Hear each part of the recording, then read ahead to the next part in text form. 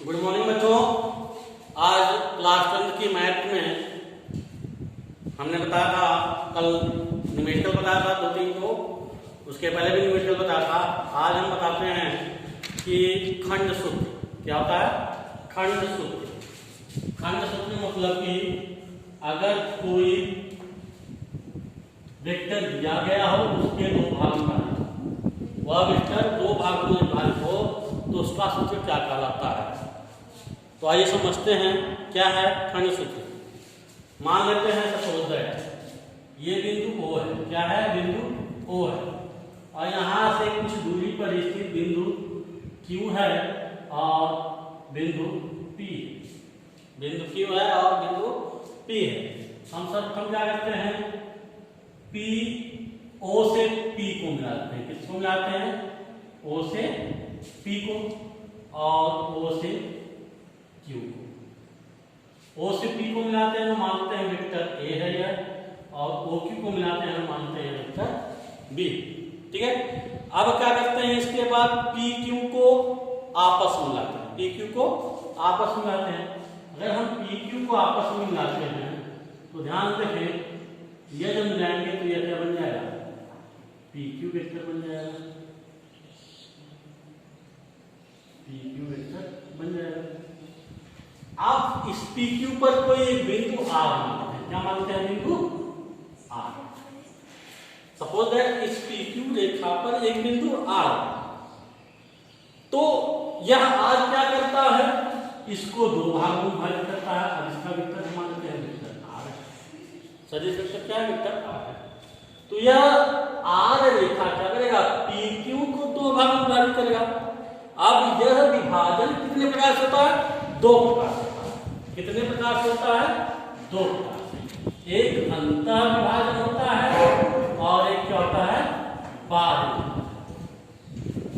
एक अंतर विभाजन होता है और एक क्या होता है? बाह्य। भाई पहले हम समझते हैं अंतर विभाजन क्या है। अंतर मतलब अंदर। PQ रेखा को अंदर की तरफ विभाजित करता है। PQ रेखा क्या करता है? अंदर की तरफ विभाजित करता है।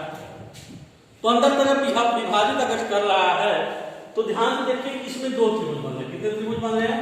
एक OPR बना और एक OQR। त्रिभुज OPR बना और एक OQR। अब हम मान लेते हैं सपोज दैट क्या है? यम अनुपाते यन में PQ रेखा को विभाजित करता है। क्या लिखते हैं कि माना बिंदु O से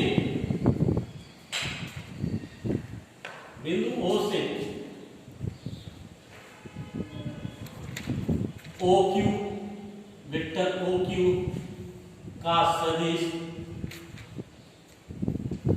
वेक्टर A है तथा OP का सदिश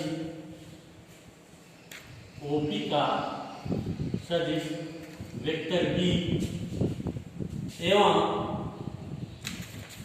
PQ का एक बिंदु R है। PQ पर एक बिंदु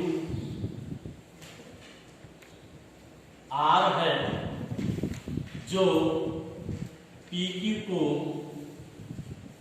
यम अनुपाते यन में विभाजित करती है।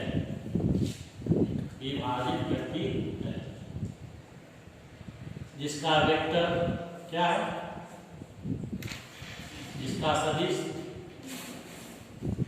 वेक्टर R है। ठीक है।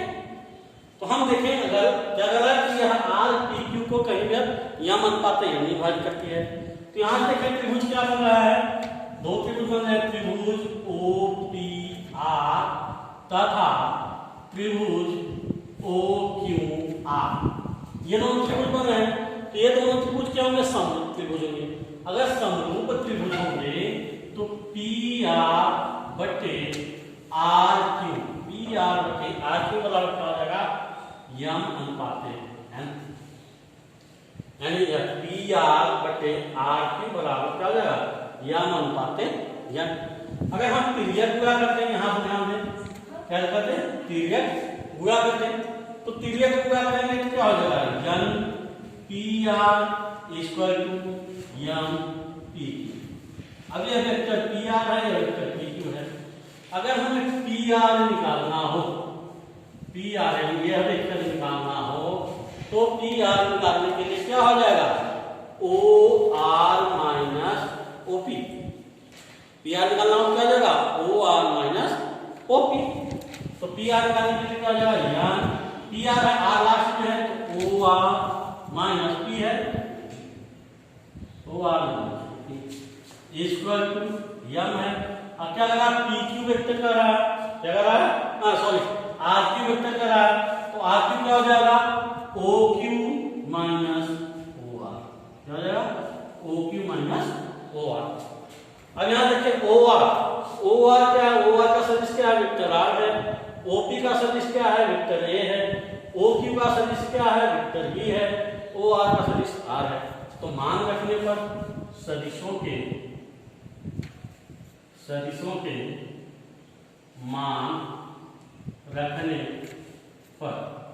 मान रखने पर क्या हो जाएगा n OR है तो OR की वैल्यू क्या हो जाएगी वेक्टर R माइनस OP है तो वेक्टर A हो जाएगा इक्वल टू m OQ है तो B हो जाएगा और माइनस R।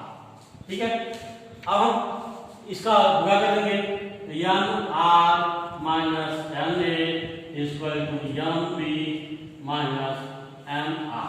अब R वाले को एक तरफ कर लेंगे तो n R plus m R equal to m B plus n A। यहाँ R कॉमन लेंगे तो आ जाएगा n plus m equal to m B plus n A। या R इक्वल टू का निकालना हो तो m B plus n A upon m plus n। ये वेक्टर R हमारा खंड सूत्र होगा किसके लिए अंतर विभाजन के लिए। ठीक है ना, यानी R बराबर तो यहाँ से निकालें तो OR यानी R क्या कहते हैं OR कहते हैं तो OR बराबर हो जाएगा m B plus n A upon m plus n। ठीक है, ये हमारा अंतर विभाजन के लिए सूत्र हो गया। अब आते हैं दूसरे रूप पर बाह्य विभाजन के लिए। तीसरे रूप पर बाह्य विभाजन के लिए तो बाह्य विभाजन कैसे होगा उसको देखते हैं। बाह्य विभाजन देखते हैं।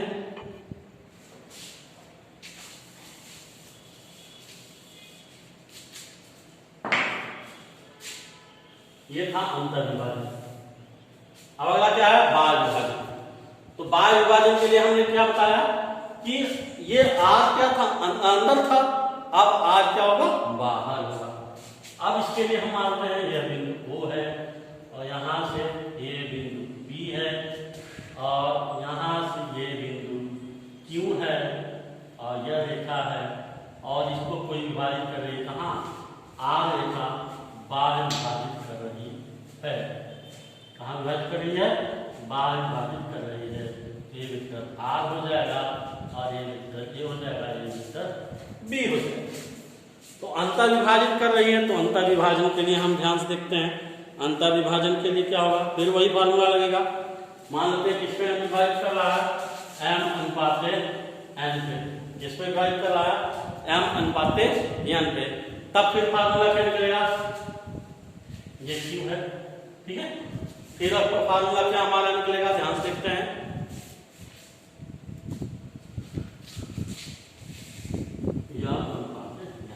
ठीक है, तो फिर फॉर्मूला क्या निकलेगा PR बटे PQ इक्वल टू m बटे n। PR बटे PQ इक्वल टू m बटे n।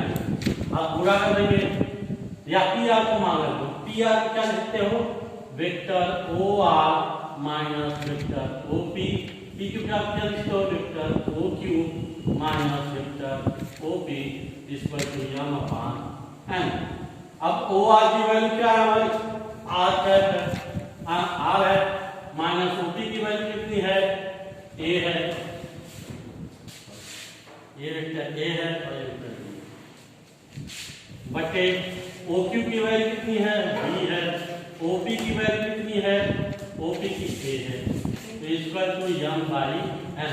अब क्रिया गुणा कर देते हैं तो nr minus na equal to mb minus ma।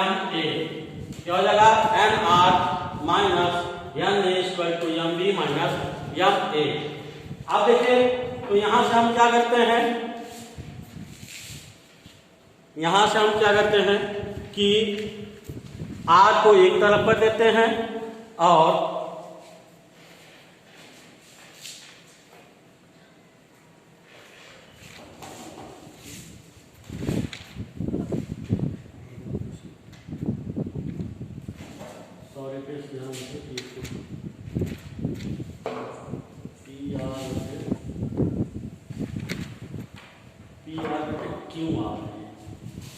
ये क्यू आर होगा, तो ये जब क्यू आर होगा तो हमारा हो जाएगा O R minus O Q, यानी ओ आर हो जाएगा आर माइनस ओ क्यू क्या है, बी है। यहाँ क्या हो जाएगा, आर हो जाएगा M R minus M B. ठीक है, हम क्या करते हैं, आर को एक तरफ लेते हैं और ए बी को एक तरफ कर देते हैं।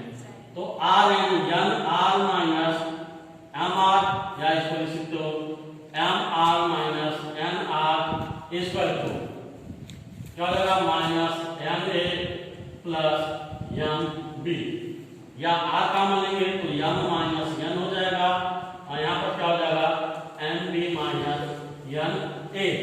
तो आर की वैल्यू निकालें तो आर बराबर क्या हो जाएगा, M B minus N A upon M minus N minus N. ठीक है, तो ये वेक्टर आर कितना है, ओ आर बराबर क्या हो जाएगा हमारा M B minus N A upon M minus N. ठीक है, तो फिर से देख लेते हैं बाह्य विभाजन के लिए। बाह्य विभाजन के लिए क्या होगा, कह रहा है कि ओ बिंदु, ओ से पी एक रेखा है, एक पी बिंदु है, एक क्यू बिंदु है और एक आर बिंदु है। ये पी और क्यू को क्या कर रहा है, यम अनुपात है डिवाइड कर रहा है, कहां से, बाह्य रूप से। तो पी आर क्या हो जाएगा, यम हो जाएगा और आपका आर क्यू बराबर क्या हो जाएगा, यम हो जाएगा। तो पी आर बटे Q R equal to M by N.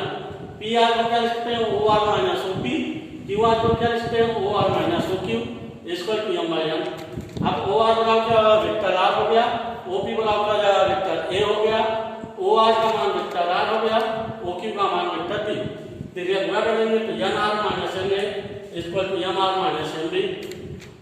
M R minus N R वाले एक तरफ कर देंगे तो M R minus N R equal to minus N A plus M B.